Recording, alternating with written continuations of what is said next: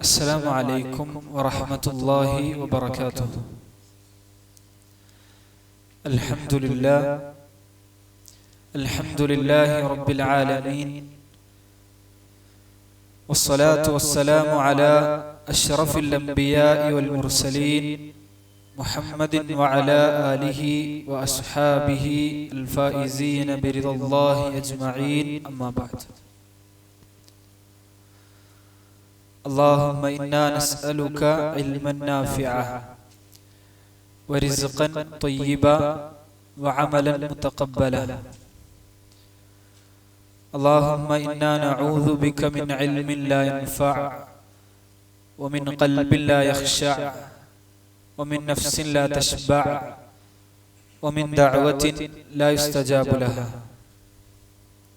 سبحانك لا علم لنا إلا ما علمتنا إنك أنت الحكيم العليم.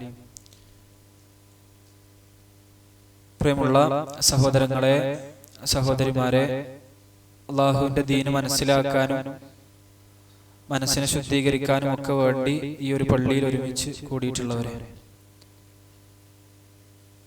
ഇന്നലത്തെ വിഷയത്തിന്റെ തുടർച്ചയാണ് നമ്മുടെ ഇന്നത്തെ ക്ലാസ്. ഹൃദയത്തിന്റെ പ്രവർത്തനങ്ങളാണ് അവയവങ്ങളുടെ പ്രവർത്തനങ്ങളെക്കാൾ നമ്മൾ കൂടുതൽ പ്രാധാന്യം കൊടുക്കേണ്ടത്. ഹൃദയത്തിനുള്ളിൽ എന്താണോ ഉള്ളത് അതാണ് കാര്യം, അതല്ലാത്തതെല്ലാം അതിന് തുടർന്നുള്ള കാര്യങ്ങളാണ്. അതുകൊണ്ട് ഹൃദയം വൃത്തിയാക്കണം, ഹൃദയത്തിന്റെ കർമ്മങ്ങൾ ശരിക്കും പഠിക്കണം എന്നാണ് ഇന്നലെ പറഞ്ഞത്. ഹൃദയത്തിന്റെ കർമ്മങ്ങളുടെ കൂട്ടത്തിൽ ആദ്യത്തേതും ഒന്നാമത്തേതും നമ്മൾ ഏറ്റവും കൂടുതൽ പഠിച്ചിരിക്കേണ്ടതുമായ ഒരു വിഷയമാണ് അൽ ഇഖ്ലാസ് എന്നുള്ളത്. അൽ ഇഖ്ലാസ്, നിഷ്കളങ്കത, അല്ലാഹുവിന് വേണ്ടി മാത്രം ചെയ്യൽ എന്നൊക്കെ നമുക്ക് അർത്ഥം വെക്കാം.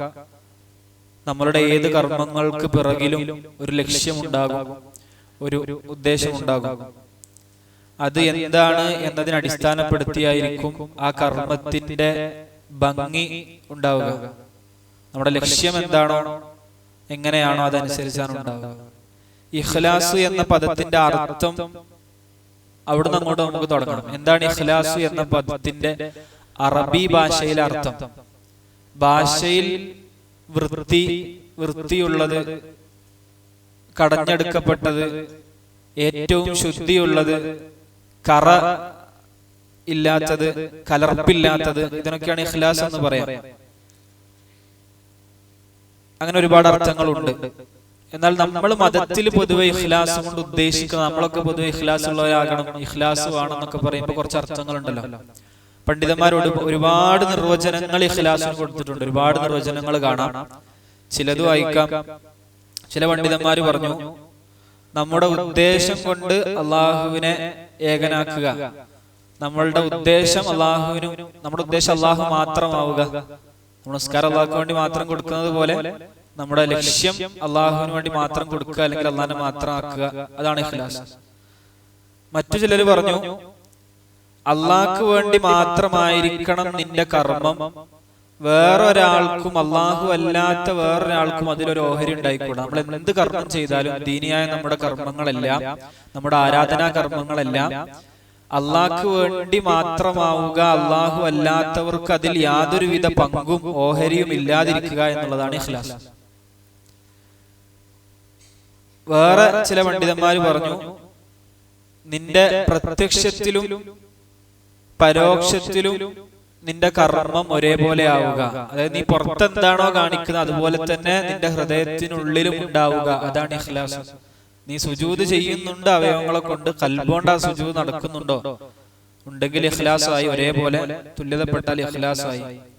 സഹൽ ഇബ്നു അബ്ദില്ലാ തുസ്തരി എന്നവർ പറഞ്ഞു, നദറൽ അഖിയാസു ഫീ തഫ്സീരിൽ ഇഖ്ലാസ്, ബുദ്ധിമാന്മാരെല്ലാം ഇഖ്ലാസ് എന്താണ് എന്നൊരുപാട് പഠിക്കാൻ ശ്രമിച്ചു.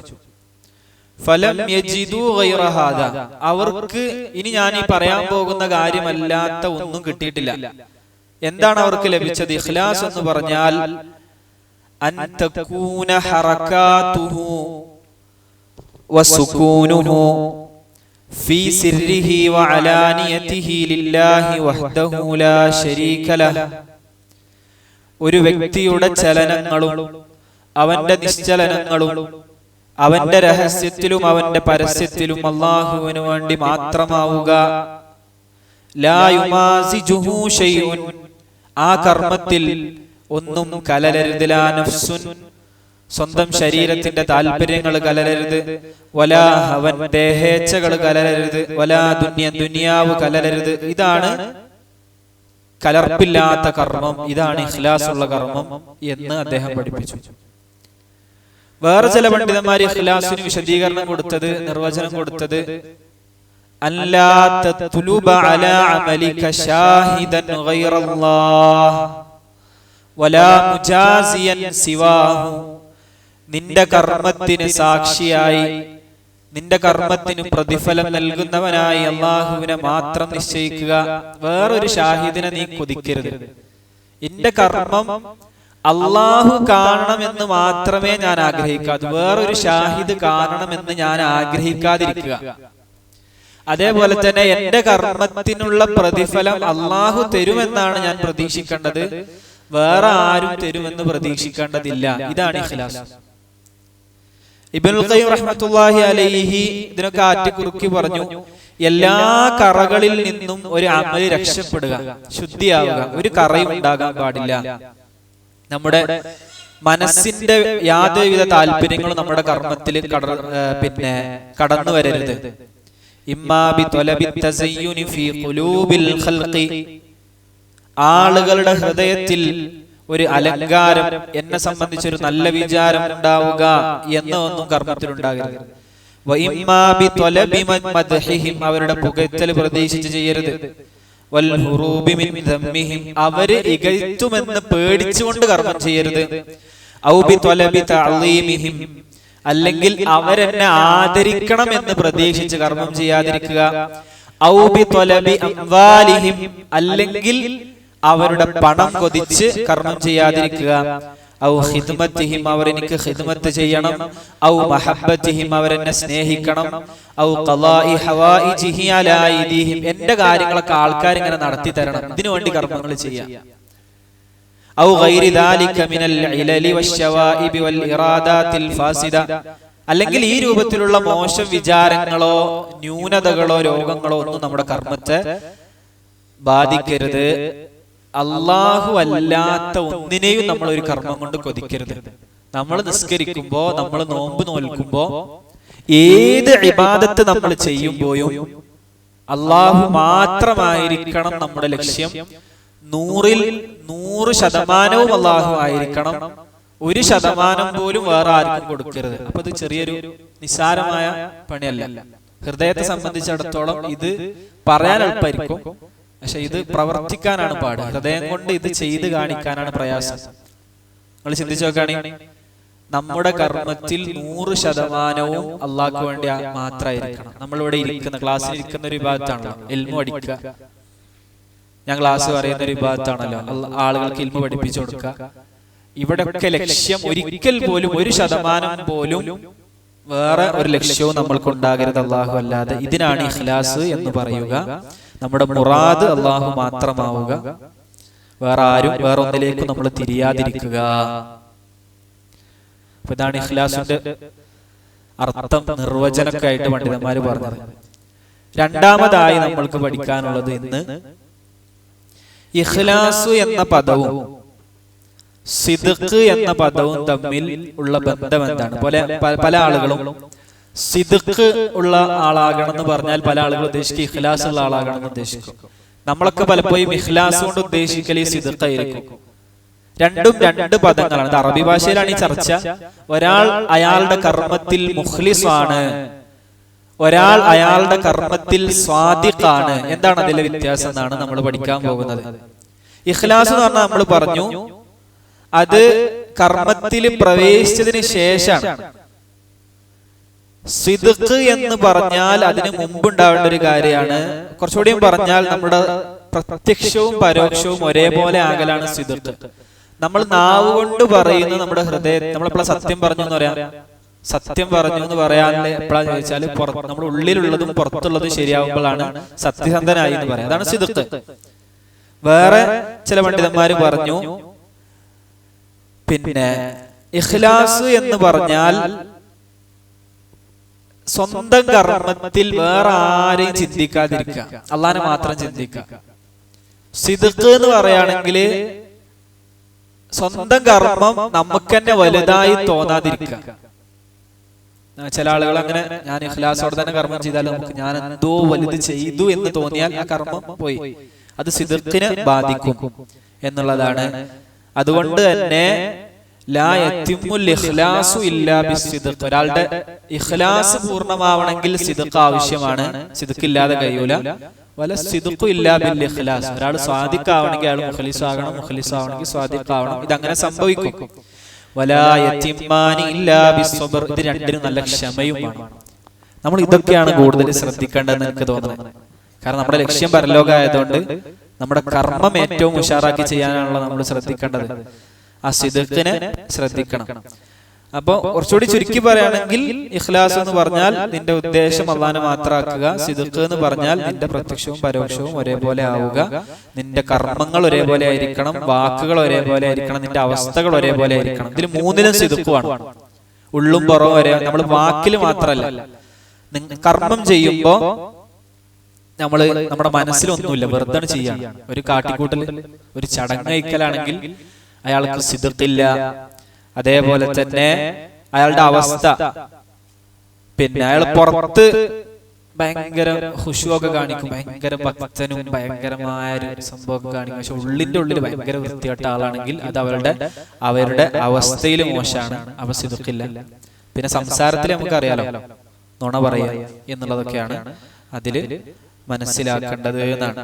ഇനിയിപ്പോ ഒരാള് സത്യസന്ധതയെ കുറിച്ച് പണ്ഡിതന്മാർ ചർച്ച ചെയ്തപ്പോൾ നമ്മൾ ഏറ്റവും കൂടുതൽ മനസ്സിലാക്കേണ്ട ഒരു പോയിന്റ് ആയിട്ട് എനിക്ക് തോന്നിയത് എന്താണെന്ന് വെച്ചാല്, ഒരാള് സ്വാദിഖാവുക, വർത്താനത്തിൽ സ്വാദിഖാവുക എന്ന് പറഞ്ഞാല് അബദ്ധം പറഞ്ഞാൽ അയാളുടെ സ്വാദിഖല്ല എന്ന് പറയാം. അയാൾക്ക് തെറ്റുപറ്റി.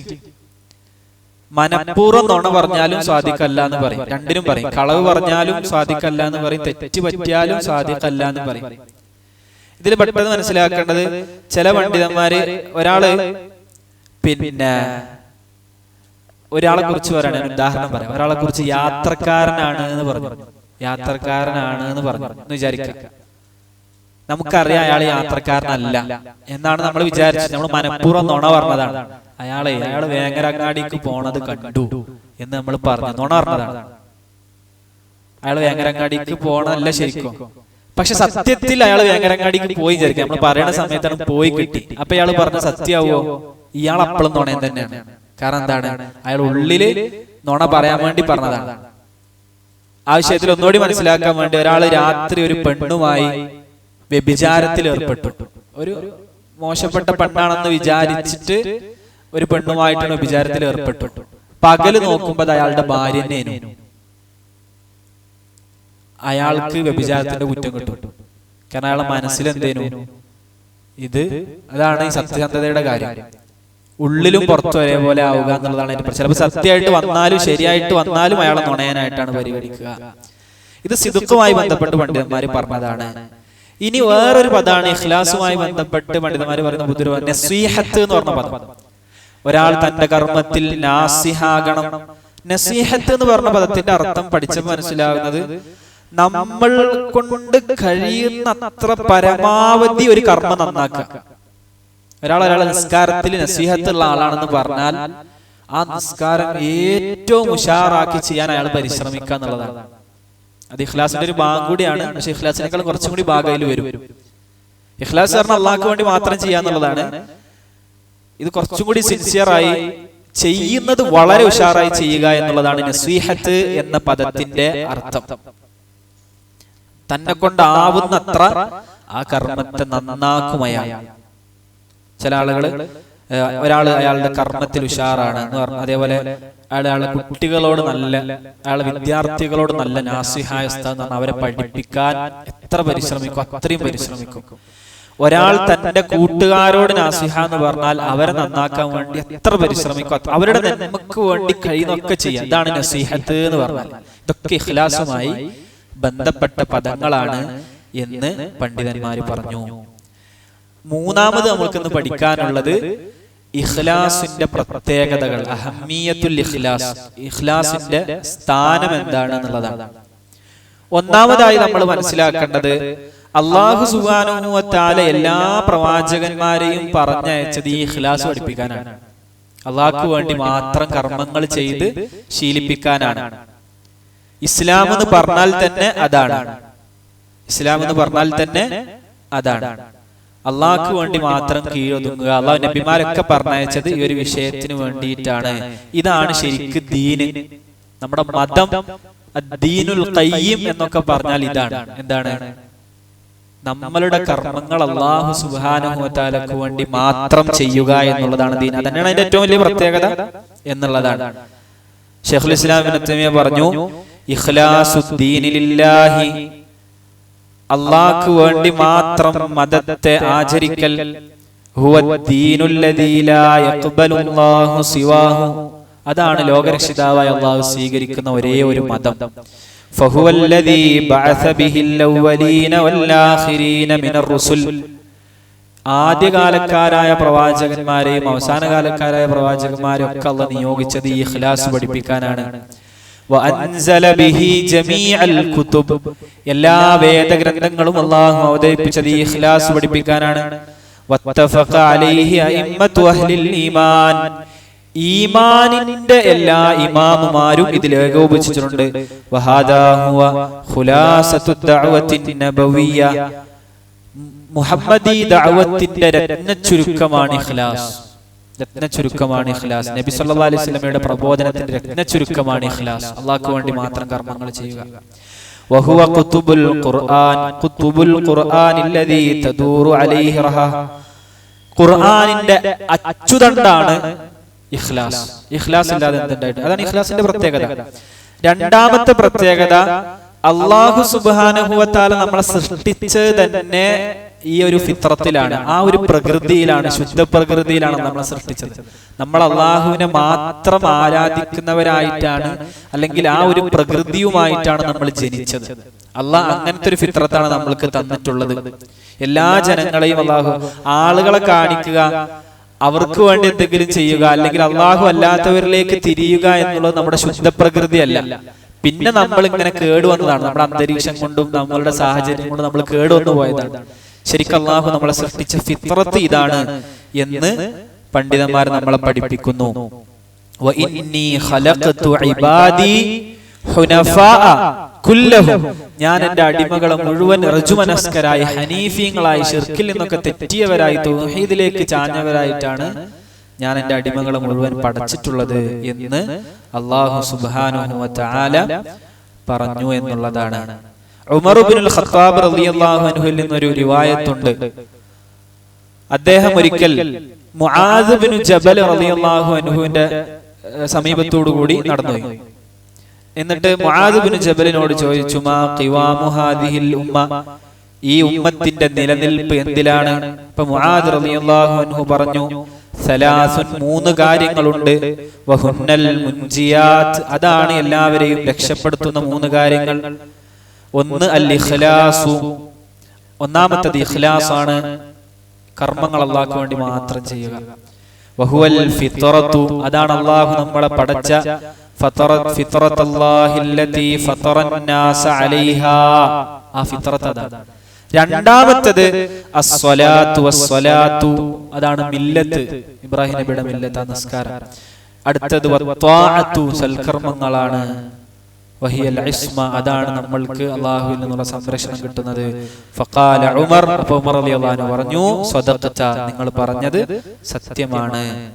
അതുകൊണ്ട് തന്നെ നമ്മൾ മനസ്സിലാക്കണം, നമ്മുടെ നിയ്യത്തുകൾ നല്ല നിയ്യത്തുകളാകുക എന്നുള്ള രൂപത്തിലാണ് നമ്മൾ പഠിച്ചത് എന്ന് മനസ്സിലാക്കുക. യഹ്യ ഇബ്നു അബീ കസീർ എന്നവർ പറഞ്ഞു, തഅല്ലമു അന്നിയ്യ, നിങ്ങൾ നിയ്യത്ത് പഠിക്കണം. നിയ്യത്ത് നന്നാക്കുന്നതിനെ കുറിച്ച് പഠിക്കന്നെ വേണം. ഇത് കേവലം ക്ലാസ് ഇട്ട് പോയാൽ പോലെ പഠിക്കണം. എങ്ങനെ നിയ്യത്ത് നന്നാക്കണം പഠിക്കണം. ഫഇന്നഹാ അബ്ലഗു മിനൽ അമൽ, അത് അമലിനേക്കാൾ അതിന് കൈകാര്യകർത്തൃത്വമുണ്ട്. ഒരു വസ്തുവിലേക്ക് എത്തിച്ചേരാൻ നിയ്യത്തിന് സാധിക്കും എന്നുള്ളതാണ്. ചിലപ്പോൾ അമൽ കൊണ്ട് എത്താൻ സാധിക്കാത്തടത്ത് ഒരാൾക്ക് നിയ്യത്ത് കൊണ്ട് എത്താൻ സാധിക്കുന്നതാണ്. അപ്പൊ ഇഖ്ലാസിന്റെ വിഷയം നല്ലോണം ശ്രദ്ധിക്കണം. അതാണ് രണ്ടാമത്തെ പ്രത്യേകത. മൂന്നാമത്തെ പ്രത്യേകത, ഇഖ്ലാസിന്റെ പ്രാധാന്യം പറയുമ്പോൾ ഒരു കർമ്മത്തിന്റെ ആത്മാവാണ് ഇഖ്ലാസ്. അന്നൽ ഇഖ്ലാസ ഹുവ റൂഹുൽ അമലി. ഒരു കർമ്മത്തിന്റെ ആത്മാവാണ് ഇഖ്ലാസ്. ഇഖ്ലാസ് ഇല്ലാതെ നമ്മൾ, റൂഹില്ലാതെ നമ്മൾ മയ്യത്തീങ്ങളാണല്ലോ. നമുക്ക് റൂഹില്ല വിചാരിക്കാം, നമ്മൾ മരിച്ച ജഡങ്ങളാണ്, നമ്മൾ മയ്യത്തുകളാണ്.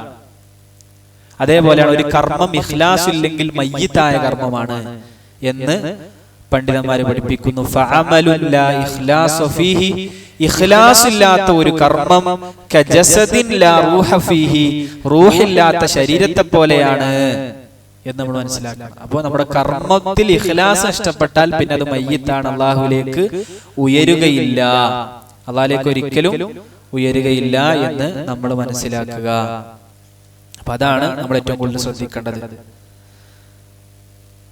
ഒരു മനുഷ്യന്റെ ഹൃദയത്തിലുള്ള ഏറ്റവും പ്രധാനപ്പെട്ട കർമ്മം ഇഖ്ലാസാണ്. ഇല്ലെങ്കിൽ എന്ത് കിട്ടിയിട്ടും കാര്യമില്ല എന്നുള്ളതാണ്. എത്ര ക്ഷീണിച്ചാൽ നമ്മുടെ കർമ്മം സ്വീകരിക്കൂല ഇഖ്ലാസ് ഇല്ലാതെ. നമ്മൾ പണിപ്പെട്ട് ചെയ്തു, കഷ്ടപ്പെട്ട് പണിയെടുത്തു. ഹജ്ജിനൊക്കെ സഫാ മർവ കുന്നുകൾക്കിടയിലൂടെ നമ്മൾ കഷ്ടപ്പെട്ട് ഹജ്ജ് ചെയ്ത്, അതേപോലെ തന്നെ ഭയങ്കരമായ സഅയും തവാഫും, പിന്നെ അങ്ങനെ നമ്മുടെ ആ ഓരോ മിനയിൽ അന്തിയുറങ്ങലും ഒക്കെ ഭയങ്കര ഹജ്ജിന്റെ ഏറ്റവും പ്രധാനപ്പെട്ട കർമ്മമാണല്ലോ. ഭയങ്കര ക്ഷീണിച്ചു, പക്ഷെ ഇഖ്ലാസ് ഇല്ല, ക്ഷീണം മാത്രം ബാക്കിയാവും, കർമ്മത്തിന് അല്ലാഹുവിന്റെ അടുക്കൽ വിലയൊന്നും ഉണ്ടാകൂല.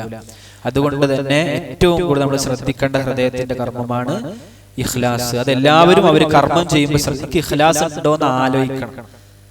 നല്ല പണിപ്പെട്ടാലേ അത് സാധിക്കുകയുള്ളൂ എന്നുള്ളതാണ്. എല്ലാ കർമ്മത്തിന്റെയും നെടുന്തൂണാണ് ഇഖ്ലാസ്. ഇല്ലെങ്കിൽ അള്ളാഹു അത് സ്വീകരിക്കുകയില്ല. ചില ആളുകളെ കുറിച്ച് അള്ളാഹു പറഞ്ഞില്ലേ, വഖദിംനാ ഇലാ മാ അമിലൂ മിൻ അമലിൻ ഫജഅൽനാഹു ഹബാഅൻ മൻസൂറാ. ചില ആളുകളുടെ കർമ്മങ്ങളിലേക്ക് അള്ളാഹു ചെല്ലുകയും അതിനെ കാറ്റത്ത് പാറിപ്പറക്കുന്ന ധൂളികളാക്കി തീർക്കുകയും ചെയ്യും. കാരണം അതിൽ ഇഖ്ലാസ് ഇല്ല, അള്ളാഹുക്ക് വേണ്ടി മാത്രമല്ല അവരത് ചെയ്തത് എന്ന് പണ്ഡിതന്മാര് പറഞ്ഞത് കാണാൻ സാധിക്കും. ഇബ്നുൽ ഖയ്യിം റഹ്മത്തുള്ളാഹി അലൈഹി പറയുന്നു, അൽ അമലു ബിഗൈരി ഇഖ്ലാസിൻ വലഖ്തിദാഇൻ, അള്ളാഹുവിനു വേണ്ടി മാത്രം ചെയ്യാത്ത ഒരു കർമ്മം, റസൂലുള്ളാഹി സ്വല്ലല്ലാഹു അലൈഹി വസല്ലമയുടെ സുന്നത്തിനോട് യോജിക്കാത്ത ഒരു കർമ്മം, കൽ മുസാഫിർ, ഒരു യാത്രക്കാരനെ പോലെയാണ്, യംലഉ ജിറാബഹു റംലൻ യുസ്ഖിലുഹു വലാ യൻഫഉഹു. ഒരു യാത്രക്കാരൻ, യാത്രയിൽ വേണ്ട സാധനങ്ങൾ, യാത്രയിൽ ഭക്ഷണം വേണം, വെള്ളം വേണം, അതൊക്കെ ബാഗിൽ പാക്ക് ചെയ്തല്ലേ നമ്മൾ യാത്രയിൽ പോവാ. ഒരു യാത്രക്കാരൻ അവന്റെ പാക്കറ്റിൽ മുഴുവൻ, ജിറാബിൽ മുഴുവൻ എന്ത് നിറക്കണം? മണല് നിറച്ച് യാത്രയാണ് വിചാരിച്ചത്. മണലും മണ്ണും റംല് നിറച്ച് യാത്ര പോയാൽ കുറെ കനുണ്ടാവും എന്നല്ലാതെ അതുകൊണ്ട് വലിയ കാര്യമൊന്നും ഉണ്ടാവില്ല. ഇതേപോലെയാണ് ഇഖ്ലാസും നബി സല്ലല്ലാഹു അലൈഹി വസല്ലമയുടെ സുന്നത്തിനോട് യോജിക്കാത്ത കർമ്മങ്ങളും ഇങ്ങനെയാണ്. നമ്മൾ കുറെ യാത്ര, ബാഗിൽ ഫുള്ള് മണ്ണ് നിറച്ച് നമ്മൾ കോഴിക്കോട്ട് പോയി, അല്ലെങ്കിൽ നമ്മളൊരു യാത്ര പോയി, നമുക്കൊന്നുമില്ല, കയ്യിലൊന്നുമില്ല, ഈ മണ്ണ് നിറച്ചുകൊണ്ട് വല്ല കാര്യമുണ്ടോ? ഇല്ല. ഇതേപോലെയാണ് നമ്മൾ അമല് ചെയ്താൽ എന്ന് പണ്ഡിതന്മാര് പഠിപ്പിക്കുന്നു. നമ്മൾ അള്ളാന്റെ അടിമയാവുക എന്നുള്ള ആ ഉബൂദിയത്ത് എന്നുള്ള അവസ്ഥയുടെ ഏറ്റവും രഹസ്യമായ അവസ്ഥയാണ് ഇഖ്ലാസ് എന്ന് പണ്ഡിതന്മാർ നമ്മളെ പഠിപ്പിക്കുന്നു. അങ്ങനെ ഒരുപാട് പണ്ഡിതന്മാരുടെ ഈ വാർത്തകൾ നമുക്ക് കാണാൻ പറ്റും. നാലാമത്തത് ഇഖ്ലാസിന്റെ പ്രത്യേകതയായി നമുക്ക് മനസ്സിലാക്കാൻ പറ്റുക, ഏത് വിഷയത്തിൽ നിന്ന് നമുക്ക് രക്ഷപ്പെടണമെങ്കിൽ നമുക്ക് എപ്പോഴും ഉണ്ടാവും, നമ്മൾ ഭയങ്കര കുടുസതയിലാണ്, നമ്മൾ ഭയങ്കര പ്രയാസത്തിലാണ്, നമ്മൾ ഇടങ്ങാറിലാണ്. നമുക്ക് അതിൽ നിന്ന് കഴിച്ചിലാവണമെങ്കിൽ, നമുക്ക് അതിൽ നിന്ന് രക്ഷപ്പെടണമെങ്കിൽ സഹോദരങ്ങളെ സഹോദരന്മാരെ ഇഖ്ലാസ് ആവശ്യമാണ്. ഇഖ്ലാസ് ഇല്ലാത്ത ഒരാൾ രക്ഷപ്പെടൂല. നമുക്ക് എന്തെന്ന് രക്ഷപ്പെടണമെങ്കിലും നമ്മൾ ഇഖ്ലാസ് ഉള്ളവരായി, മുഖ്ലിസ് എല്ലായിടത്തും രക്ഷപ്പെടും. മുഖ്ലിസിന് എല്ലാത്തിൽ നിന്നും അള്ളാഹു രക്ഷിക്കും എന്ന് പണ്ഡിതന്മാർ പഠിപ്പിക്കുന്നു എന്നുള്ളതാണ്. അപ്പോ അത് ഇബ്നുൽ ഖയ്യിം പറഞ്ഞു, മാ മിൻ ഫിഅലത്തിൻ വഇൻ സഗറത് ഇല്ലാ യുൻശറു ലഹാ ദീവാനാൻ ലിമാ വകൈഫ. ഏത് കർമ്മവും അത് രണ്ട് ചോദ്യങ്ങൾ ഉണ്ടാവും. രണ്ട് ചോദ്യങ്ങൾ പരലോകത്ത്. എന്തിനു വേണ്ടി ചെയ്തു, എങ്ങനെ ചെയ്തു. എന്തിനു വേണ്ടി ചെയ്തു, എങ്ങനെ ചെയ്തു, എന്തിനു വേണ്ടി ചെയ്തു പറയുമ്പോൾ അള്ളാഹ്ക്ക് വേണ്ടി ചെയ്തു എന്ന് പറയാൻ പറ്റിയ ഇഖ്ലാസിൽ വിജയിച്ചു. എങ്ങനെ ചെയ്തു പറഞ്ഞാൽ അള്ളാഹ് പഠിപ്പിച്ച രൂപത്തിൽ റസൂലുള്ളാഹി സ്വല്ലല്ലാഹു അലൈഹി വസല്ലമയുടെ സുന്നത്തുകൾക്ക് അനുസരിച്ച് ചെയ്തു പറഞ്ഞാൽ ആ ചോദ്യത്തിൽ നിന്നും നമ്മൾ രക്ഷപ്പെട്ടു. അപ്പൊ ഇഖ്ലാസിനെ കുറിച്ചാണ് പ്രധാനപ്പെട്ട ചോദ്യം. ഇഖ്ലാസ് ഉണ്ടെങ്കിൽ എവിടെ നിന്ന് നമുക്ക് രക്ഷപ്പെടാൻ പറ്റും? ചില പണ്ഡിതന്മാര് പറഞ്ഞു, മഅറൂഫിനുൽ ഖർഖി തന്റെ ശരീരത്തോടെ ഇടയ്ക്ക് പറയുമായിരുന്നത്രേ, യാ നഫ്സു, എന്റെ ശരീരമേ, അഖ്ലിസീ തതഖല്ലസീ, യാ നഫ്സു അഖ്ലിസീ തതഖല്ലസീ, എന്റെ ശരീരമേ നീ ഇഖ്ലാസ് കാണിക്കൂ, നിനക്ക് രക്ഷപ്പെടാൻ പറ്റും. അതിന് ഏറ്റവും വലിയ ഉദാഹരണമാണ് മഹാനായ യൂസുഫ് നബി അലൈഹി സ്വലാത്തു വസ്സലാം. ഒരു പെണ്ണ്, സുന്ദരിയായ കുലീനതയുള്ള ഒരു പെണ്ണ്, എല്ലാവിധ തെറ്റിലേക്കുള്ള സാഹചര്യം ഉണ്ടായിട്ടും ഒരു പെണ്ണിനെ ഒരു റൂമിൽ ഒറ്റക്ക് കിട്ടി. എല്ലാ സാഹചര്യവും അന്യനാട്ടിലാണ് യൂസുഫ് നബി. യൂസുഫ് നബിന്റെ പ്രേരകങ്ങൾ ചില്ലറന്നല്ല. ഈ യൂസുഫ് നബിന്റെ പ്രേരകങ്ങൾ പണ്ഡിതന്മാർ എണ്ണുന്നുണ്ട്. ഒരു തെറ്റ് ചെയ്യാൻ എല്ലാ പ്രേരകങ്ങളും യൂസുഫ് നബിക്കുണ്ട്. അദ്ദേഹം യുവാവാണ്, ചോരത്തിളപ്പുള്ള പ്രായമാണ്, വികാരം തിളക്കുന്ന പ്രായമാണ്. ഒന്ന്, അയാൾ അന്യനാട്ടിലാണ് യൂസുഫ് നബി, സ്വന്തം നാട്ടിലല്ല. ചില ആളുകൾ വേറെ നാട്ടിലേക്ക് എന്നാലും തെറ്റ് ചെയ്യും, കാരണം നാട്ടുകാരറിയില്ലല്ലോ. യൂസുഫ് നബിക്ക് അതുണ്ട്. പിന്നെ എല്ലാ അർത്ഥത്തിലും ഒരു സുന്ദരിയായ പെണ്ണാണ് ക്ഷണിക്കുന്നത്, അതും അവളുടെ വീട്ടിലാണ് ക്ഷണിക്കുന്നത്. എല്ലാ നിലക്കും സാഹചര്യം യൂസുഫ് നബിക്ക് അനുകൂലമാണ് തെറ്റ് ചെയ്യാൻ. പക്ഷെ അല്ലാഹു സുബ്ഹാനഹു വ തആല അദ്ദേഹത്തെ രക്ഷപ്പെടുത്തി ആ മനസ്സിന്റെ വൃത്തി കൊണ്ടാണ്. കാരണം ആ ആയത്തിൽ തന്നെ കാണാം, ഇന്നഹു കാന മിൻ ഇബാദിനൽ മുഖ്ലസീൻ എന്ന് കാണാം. ഇഖ്ലാസോടെ രക്ഷപ്പെടാൻ പറ്റും. ഇഖ്ലാസ് ഉണ്ടെങ്കിൽ നമുക്ക് എല്ലായിടത്തും ഒരു രക്ഷപ്പെടാൻ പറ്റും. ഹൃദയം, ഏറ്റവും നല്ല ഹൃദയം കിട്ടണമെങ്കിൽ പണ്ഡിതന്മാർ പഠിപ്പിച്ചൊരു മാർഗമാണ് ഇഖ്ലാസിനെതിരായ ചിന്തകൾ ഒഴിവാക്കുക, നബി സല്ലല്ലാഹു അലൈഹി വസല്ലമയുടെ സുന്നത്തുകൾക്ക് എതിരാകുന്ന ദേഹേച്ഛകൾ ഒഴിവാക്കുക. എങ്കിൽ ഒരാളുടെ ഹൃദയം നല്ല ഹൃദയമാകും. ഒന്നുകൂടി പറയാം, സലാമത്തുൽ ഖൽബ്, ഹൃദയത്തിന്റെ സുരക്ഷ, ഹൃദയത്തിന്റെ രക്ഷ രണ്ട് കാര്യങ്ങളിലാണ്. ഒന്ന്, ഇഖ്ലാസിനെതിരാകുന്ന ചിന്തകൾ, നിയ്യത്തുകൾ മനസ്സിൽ വന്നാൽ, ആ മനസ്സിൽ വന്നാൽ നമ്മുടെ കൽബ് മോശമാവും. രണ്ട്, റസൂലുള്ളാഹിന്റെ സുന്നത്തിനെതിരായ നമ്മുടെ സ്വന്തം ദേഹേച്ഛകൾ ഉണ്ടാവുമല്ലോ, നമ്മുടെ ഇഷ്ടങ്ങള്. നബിന്റെ സുന്നത്ത് അങ്ങനെ, നബി ഇപ്പൊ താടിയൊക്കെ വളർത്തണം എന്നൊക്കെ പറഞ്ഞെങ്കിലും ഇന്നത്തെ ഒരു സുന്ദരനായി ജീവിക്കാൻ റസൂൽ പറഞ്ഞു താടി വടിക്കലാണ് സൗന്ദര്യം. അതേപോലെ തന്നെ നെര്യാണിക്ക് മുകളിൽ വസ്ത്രം ധരിക്കണം എന്നൊക്കെ അന്നത്തെ നാട്ടിൽ അതൊരു, അവിടുന്ന് ഇപ്പൊ കുറെ കല്ലും മുള്ളൊക്കെ ആവുന്ന ചിലപ്പോ പറഞ്ഞതേക്കാരം. ഇന്നിപ്പോ അങ്ങനെ നെര്യാണിക്കായ വസ്ത്രം ധരിച്ചാൽ കുഴപ്പമൊന്നുമില്ല. അങ്ങനെ നമ്മുടെ ദേഹേച്ഛക്കനുസരിച്ച് റസൂലുള്ളാഹിന്റെ ഇത്തിബാ നമ്മൾ ഒഴിവാക്കുന്നുണ്ടെങ്കിൽ നമ്മുടെ കൽബ് കേട് വരും. ഈ രണ്ട് കാര്യങ്ങൾ ഒരാൾ രക്ഷപ്പെട്ടാൽ അയാൾ ഇഖ്ലാസായി, അല്ലെങ്കിൽ അയാൾക്ക് ഹൃദയം സുരക്ഷിതമായി എന്നുള്ളതാണ്. ഇനി അടുത്ത പോയിന്റ് നമ്മൾ ഇന്ന് പഠിക്കാൻ പോകുന്നത്, ഖുർആനിലും സുന്നത്തിലും ഇഖ്ലാസിനെ പറ്റി എന്തൊക്കെ പറഞ്ഞു. ഖുർആനിലും സുന്നത്തിലും ഇഖ്ലാസിനെ പറ്റി എന്തൊക്കെ പറഞ്ഞിട്ടുണ്ട്? ഖുർആനിൽ ഒരുപാട് സ്ഥലത്ത് ഇഖ്ലാസ് ഉണ്ട്. ചില സമയത്ത് അല്ലാഹു ഇഖ്ലാസ് ഉള്ളവരാകണമെന്ന് കൽപ്പിക്കും. ഉദാഹരണം, ഫദ്ഉഹു മുഖ്ലിസീന ലഹുദ്ദീൻ, സൂറത്ത് ഗാഫിറിലെ ആയത്താണ്. നിങ്ങൾ അല്ലാഹുക്ക് പ്രാർത്ഥിക്കണം, ഇബാദത്ത് എടുക്കണം, എല്ലാം അല്ലാഹുക്ക് മാത്രം സമർപ്പിച്ചുകൊണ്ട്. വേറെ ആയത്തിൽ ഫഅബ്ദുല്ലാഹ മുഖ്ലിസൻ ലഹുദ്ദീൻ അലാ ലില്ലാഹിദ്ദീനുൽ ഖാലിസ്. അല്ലാഹുക്ക് കലർപ്പുള്ള കർമ്മങ്ങൾ നമ്മൾ കൊടുക്കരുത്, കളങ്കമറ്റ നിഷ്കളങ്കമായ കർമ്മങ്ങൾ മാത്രം കൊടുക്കുക. ത്വയ്യിബേ അല്ലാഹു സ്വീകരിക്കുള്ളൂ. ഇന്നല്ലാഹ ത്വയ്യിബുൻ ലാ യഖ്ബലു ഇല്ലാ ത്വയ്യിബ. അല്ലാഹു പരിശുദ്ധനാണ്, പരിശുദ്ധിയില്ലാത്ത ഒന്നും അല്ലാഹു സ്വീകരിക്കില്ല. ചിലപ്പോൾ അല്ലാഹു സുബ്ഹാനഹു വ തആല അതിലേക്ക് ആളുകളെ ക്ഷണിക്കും, പറയും അല്ലാഹുവിന്റെ ദീൻ ഇതാണ് നമ്മൾ പഠിച്ചു, വമാ ഉമിറു ഇല്ലാ ലിയഅബ്ദുല്ലാഹ മുഖ്ലിസീന ലഹുദ്ദീൻ. പിന്നെ അല്ലാഹു പറയും സ്വർഗ്ഗം ഇഖ്ലാസ് ഉള്ളവർക്ക് മാത്രമാണ്, ഇല്ലാ ഇബാദല്ലാഹിൽ മുഖ്ലിസീൻ. ചില ഗ്രാമത്തിൽ മുഖ്ലിസീൻ ഉലൈക ലഹും റിസ്ഖും മഅലൂം ഫവാകിഹു വഹും മുക്രമൂൻ ഫീ ജന്നാത്തിൻ നഈം. സ്വർഗ്ഗത്തിന്റെ സുഖ സൗകര്യങ്ങൾ ഇഖ്ലാസ് ഉള്ളവർക്കാണ്.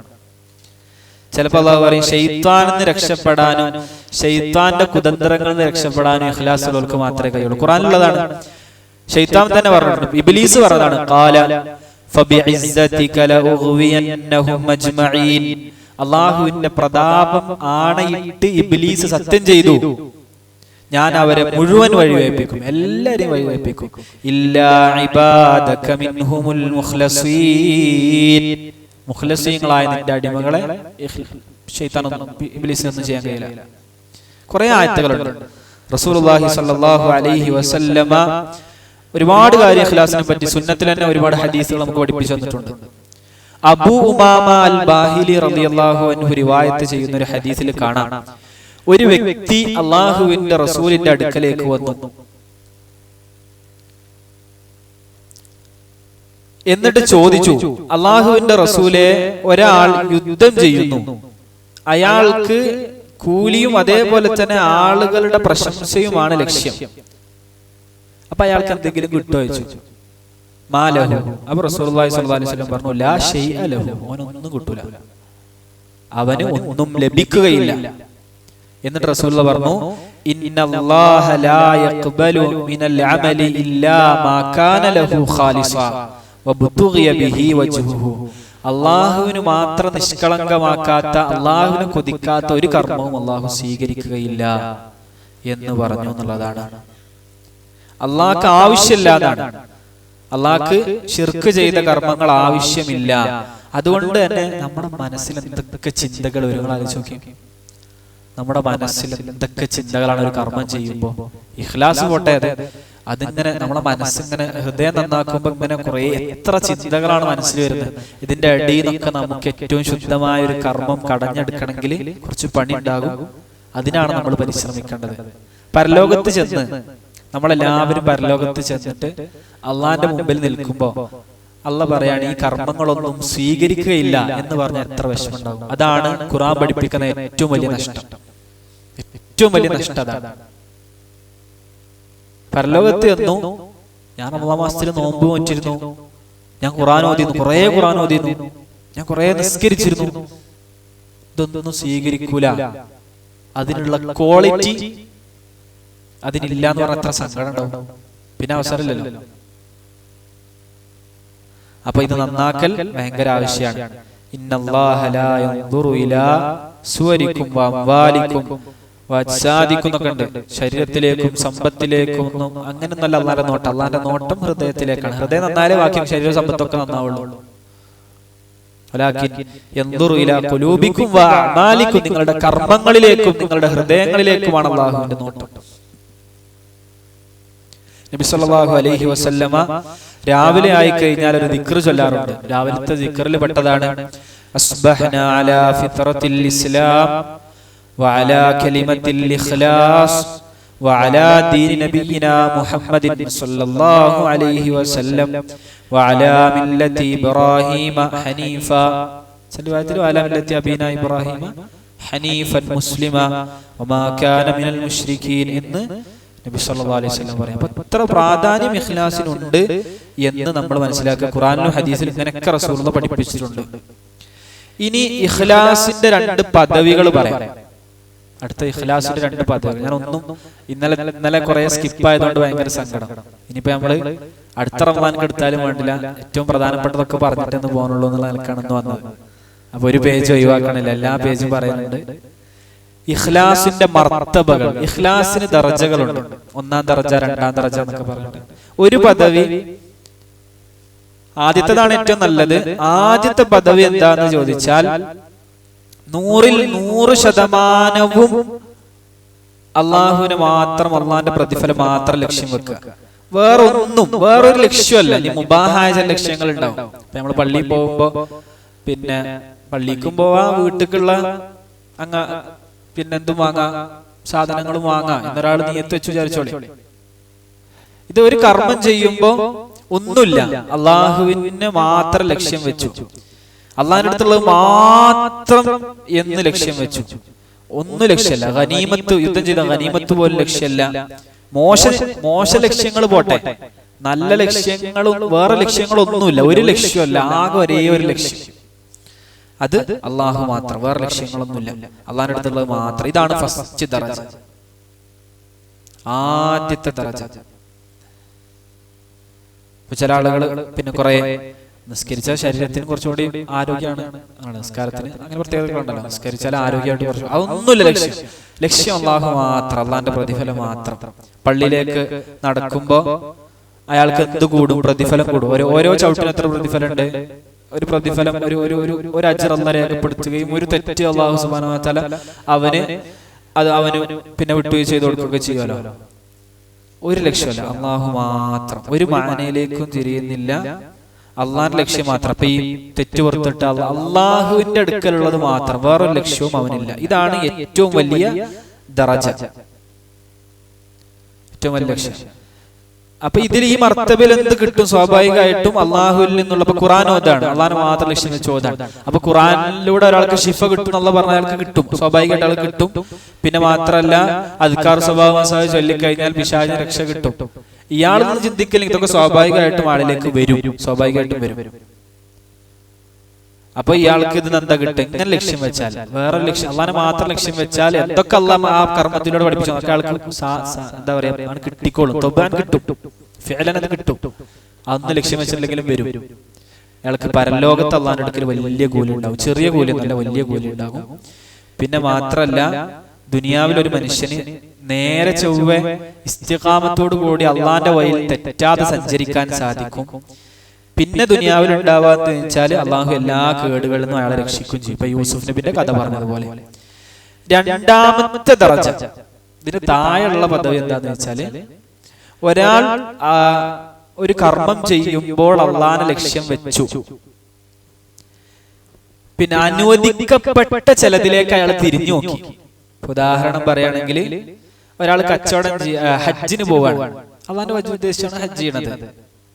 അപ്പൊ അയാൾ കച്ചവടം ലക്ഷ്യം വെക്കുന്നുണ്ട്. ആ യാത്രയിൽ കച്ചവടം ലക്ഷ്യം വെക്കാലോ. അല്ലാഹു സുബ്ഹാനഹു വ തആല പറഞ്ഞിട്ടുണ്ട്, ലൈസ അലൈക്കും ജുനാഹുൻ അൻ തബ്തഗൂ ഫദ്ലൻ മിൻ റബ്ബിക്കും. ഇത് ആ വിഷയത്തിൽ ഇറങ്ങിയ ആയത്താണ്. കച്ചവടം ചെയ്യാ ഒന്നും പ്രശ്നമല്ല. അപ്പൊ ചില അനുവദിക്കപ്പെട്ട കാര്യങ്ങളിലേക്ക് അയാളുടെ മനസ്സ് പോയി എന്നുള്ളത് കൊണ്ട് പ്രശ്നമല്ല. അത് രണ്ടാമത്തെ പദവിയായിരിക്കും.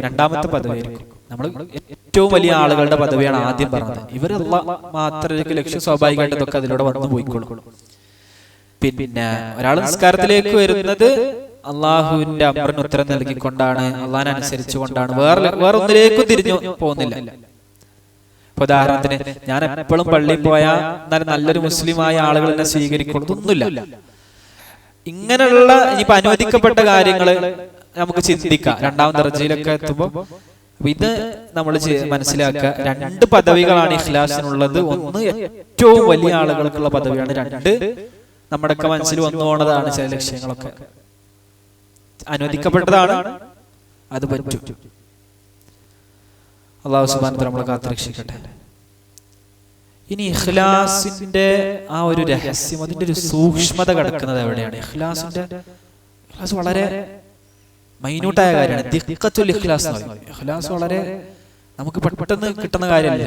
അത് വളരെ നമുക്ക് അന്യൂനമായി കിടക്കാന്നൊക്കെ പറയില്ല. വളരെ ചെറുതാണത്. അത് എങ്ങനെയാണ് നമ്മൾ നേടിയെടുക്കുക?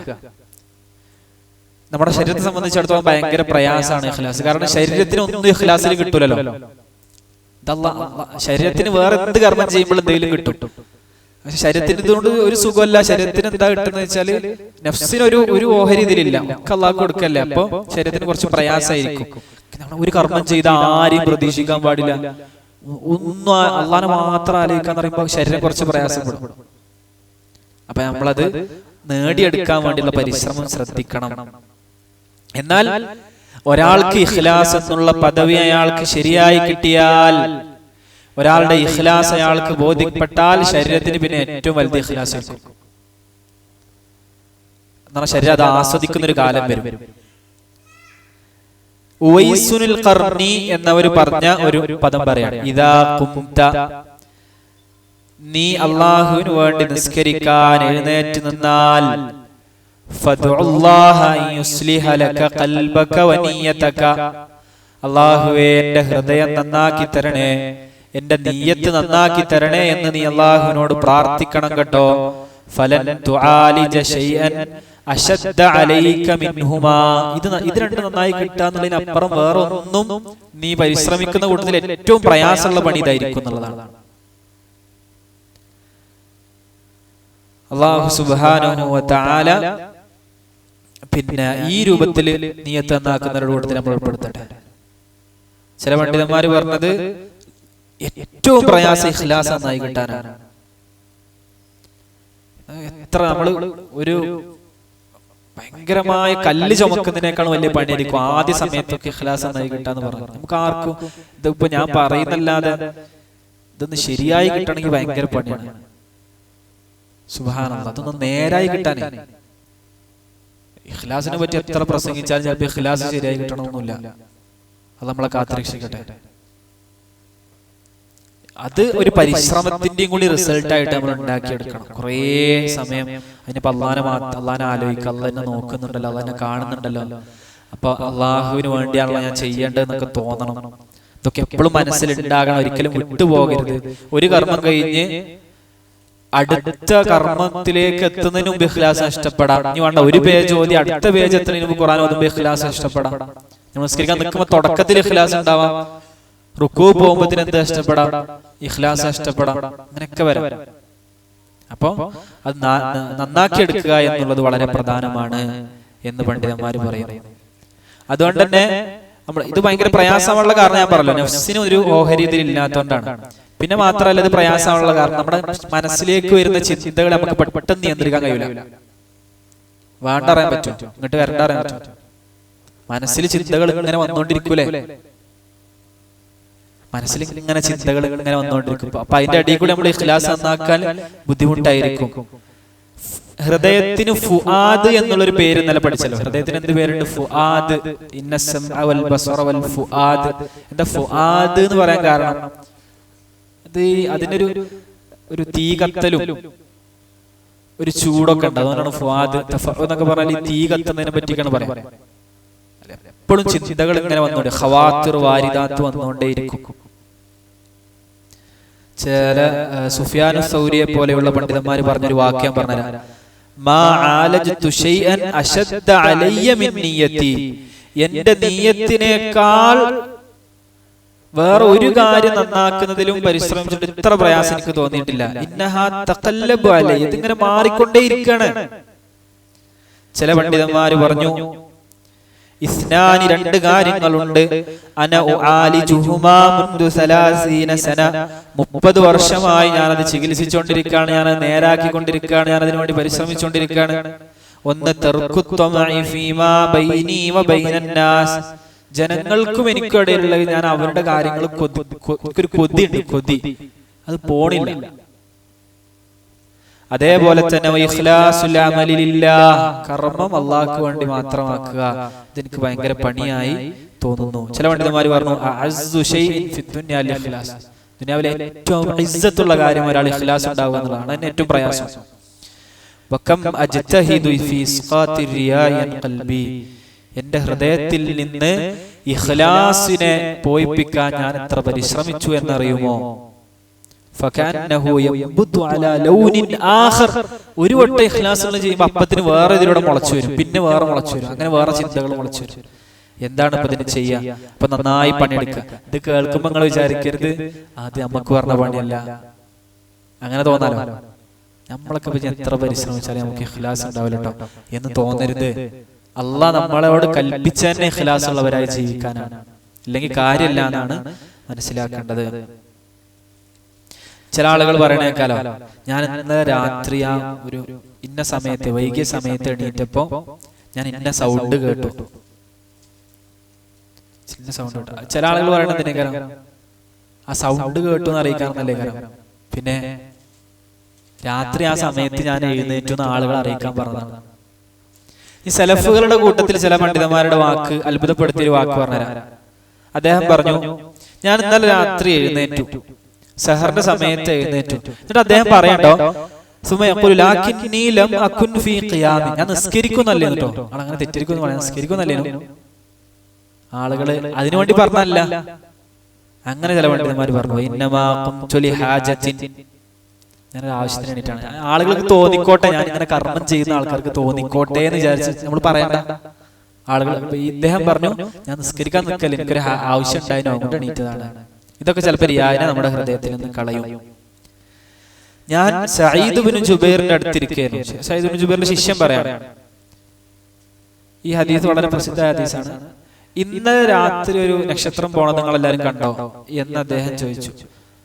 അപ്പൊ അദ്ദേഹം ഹുസൈൻ ഇബ്നു അബ്ദുറഹ്മാൻ, ഞാൻ കണ്ടു, ഞാൻ നിസ്കരിക്കാൻ വേണ്ടിയിട്ടൊന്നല്ല, പക്ഷെ എനിക്ക് നല്ല ഒരു തേളിന്റെ കുത്തുകൊണ്ടു, അപ്പൊ ഭയങ്കര വേദന കൊണ്ട് ഉറങ്ങാൻ പറ്റില്ല, അതുകൊണ്ട് ഞാനത് കണ്ടു, അല്ല നിസ്കരിക്കുന്നല്ലേ കേട്ടോ എന്ന് ഹുസൈൻ ഇബ്നു അബ്ദുറഹ്മാൻ പറഞ്ഞു. ഇത് ദിയാ ഒഴിവാക്കാൻ വേണ്ടി പറഞ്ഞതാണ്. എനിക്ക് എന്റെ കർമ്മം അള്ളാഹ്ക്ക് വേണ്ടി മാത്രമാണ് ഞാൻ ചെയ്യുന്നത് എന്നുള്ള അടിസ്ഥാനത്തിൽ.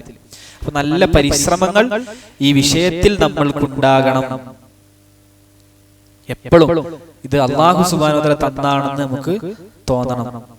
പിന്നെ ഇഖ്ലാസ് ഉണ്ടാവാനുള്ള പണിക്ക് പ്രയാസത്തിന് കാരണം എന്താ വെച്ചാല്, നമ്മളുടെ ശരീരം എപ്പോഴും ഈ രൂപത്തിലുള്ള വികാരങ്ങളോട് താതാത്മ്യപ്പെട്ടാണ് നമ്മൾ കഴിഞ്ഞുകൂടുന്നത്. കുറെ വികാരങ്ങളാണ് മനസ്സിലുണ്ട്. ആളുകൾ എന്നെ കുറിച്ചൊന്നും മനസ്സിലാക്കിയ തിരക്കേടില്ല എന്നെല്ലാവരും മനസ്സിലുണ്ടാവും. എന്നെ കുറിച്ച് ആളുകളൊക്കെ മനസ്സിലാക്കിയാൽ അല്ലെങ്കിൽ നല്ലത് വിചാരിച്ചാൽ കുഴപ്പമൊന്നുമില്ല എന്നെല്ലാരും വിചാരിക്കും. ആ ശഹവത്ത് പ്രശ്നമാണ്. സുയ്യിന ലിന്നാസി ഹുബ്ബു ശഹവാതി മിനൻ നിസാഇ വൽ ബനീന വൽ ഖനാതീരിൽ മുഖന്തറതി മിനൽ ദഹബി വൽ ഫിദ്ദ വൽ ഖൈലിൽ മുസവ്വമതി വൽ അൻആമി വൽ ഹർസ് ദാലിക മതാഉൽ ഹയാത്തിദ് ദുനിയാ. ഈ കാര്യങ്ങളൊക്കെ അല്ലാഹു അലങ്കാരമാക്കിയതാണ്. സമ്പത്ത്, സ്ത്രീകള്, അതേപോലെ തന്നെ സ്വത്തുക്കള്, വാഹനങ്ങളൊക്കെ. അപ്പൊ നമ്മുടെ ശരീരം ഇതിങ്ങനെ കൊതിച്ചുകൊണ്ടിരിക്കും. അപ്പൊ ഇഖ്ലാസ് നഷ്ടപ്പെടാൻ നല്ല ചാൻസ് ഉണ്ട്. ആദ്യം അല്ലാഹു ഈ ആയത്തിൽ പറഞ്ഞത് സ്ത്രീകളാണ്. കാരണം അത് ഫിത്നയില് ആണുങ്ങളെ സംബന്ധിച്ചിടത്തോളം ഭയങ്കര പരീക്ഷണാണ്. സ്ത്രീകള് പെട്ടെന്ന് വീണു പോകാൻ ചാൻസ് ഉണ്ട്. പിന്നെ മക്കളെ പറഞ്ഞു, കാരണം മക്കളെ കൊണ്ടാണ് ഒരാൾക്ക് പവർ, ശക്തിയൊക്കെ കിട്ടുക. അതേപോലെ ഫഖ്ർ അടിക്കാൻ പറ്റണം. പിന്നെ സമ്പത്ത് പറഞ്ഞു, അതും ഈ പറയപ്പെട്ട അടുത്തൊരു ദർജയാണ്. പിന്നെ ആളുകൾക്ക് അതേപോലെ ഓരോ വാഹനങ്ങൾ പറഞ്ഞു. അങ്ങനെ അങ്ങനെ ഓരോ ഓർഡറിൽ പറഞ്ഞു എന്നുള്ളതാണ്. അപ്പൊ നമ്മുടെ ശരീരം എപ്പോഴും ഇങ്ങനത്തെ കൊതിക്കും. അപ്പൊ ഇഖ്ലാസ് ഉണ്ടാക്കാൻ പണിയായിരിക്കും എന്നുള്ളതാണ്. യാ അല്ലാഹ്, ചില ആളുകൾ ഇതിനു വേണ്ടി മാത്രം കർമ്മം ചെയ്യും എന്ന് പറഞ്ഞാല് ഇഖ്ലാസ് ഉണ്ട് എന്ന് തോന്നിപ്പിച്ചിട്ട് അത് ഇഖ്ലാസ് ഇല്ലായ്മയാണല്ലോ. ആളുകളോട് ഇഖ്ലാസ് ഉള്ള പോലെ നിന്ന് ആളുകൾ എന്നെ കുറിച്ച് ഇഖ്ലാസ് ഉള്ള ആളാണെന്ന് വിചാരിച്ചോട്ടെ എന്ന് വിചാരിച്ചിട്ട് അതും ഇഖ്ലാസിന് കോട്ടം തട്ടിക്കും. അപ്പൊ അതൊക്കെ ഓരോരോ, ചില ആളുകൾക്ക് പണം കിട്ടുന്നതിനേക്കാളും സമ്പത്ത് കിട്ടുന്നതിനേക്കാളൊക്കെ വലുതേക്കാര ആളുകളുടെ മനസ്സിൽ പുകയത്തൽ കിട്ടല്. അപ്പൊ അതുകൊണ്ട് അയാൾ എല്ലാം ഒഴിവാക്കും. നമ്മൾ വിചാരിക്കും ആൾ വലിയ സാഹിദാണ് വിചാരിക്കും. കണ്ടോ, അയാൾക്ക് ദുനിയാവിനോട് ഭയങ്കര വിരക്തിയാണ്, അയാൾക്ക് ഒന്നും വേണ്ട എന്നൊക്കെ വിചാരിച്ചു. സത്യം പറഞ്ഞാൽ അയാൾക്ക് ആവശ്യം എന്താണ്? ഈ പറച്ചിലാണ് വേണ്ടത്. ഈ പറച്ചിലിനാണ് അയാൾ അത് ചെയ്തത്. അപ്പൊ അതിനേക്കാൾ വലിയ ഉള്ളു പൊള്ളാണ് എന്ന് മനസ്സിലാക്കുക. സിദ്ദീഖീങ്ങളുടെ ഹൃദയത്തിൽ ഏറ്റവും ഇല്ലാത്തൊരു സാധനമായിരിക്കും നേതൃത്വ മോഹം എന്നൊക്കെ പറയുന്നത്. എപ്പോഴും മനുഷ്യന്മാരെ നശിപ്പിക്കുന്ന ഒരു കാര്യമാണത്. ഇനി ഇഖ്ലാസുമായി ബന്ധപ്പെട്ട് നമുക്ക് പറയാനുള്ളത്, ഇഖ്ലാസ് ഉണ്ടായി കഴിഞ്ഞാൽ ഒരു വ്യക്തിക്ക് എന്തൊക്കെ കിട്ടും?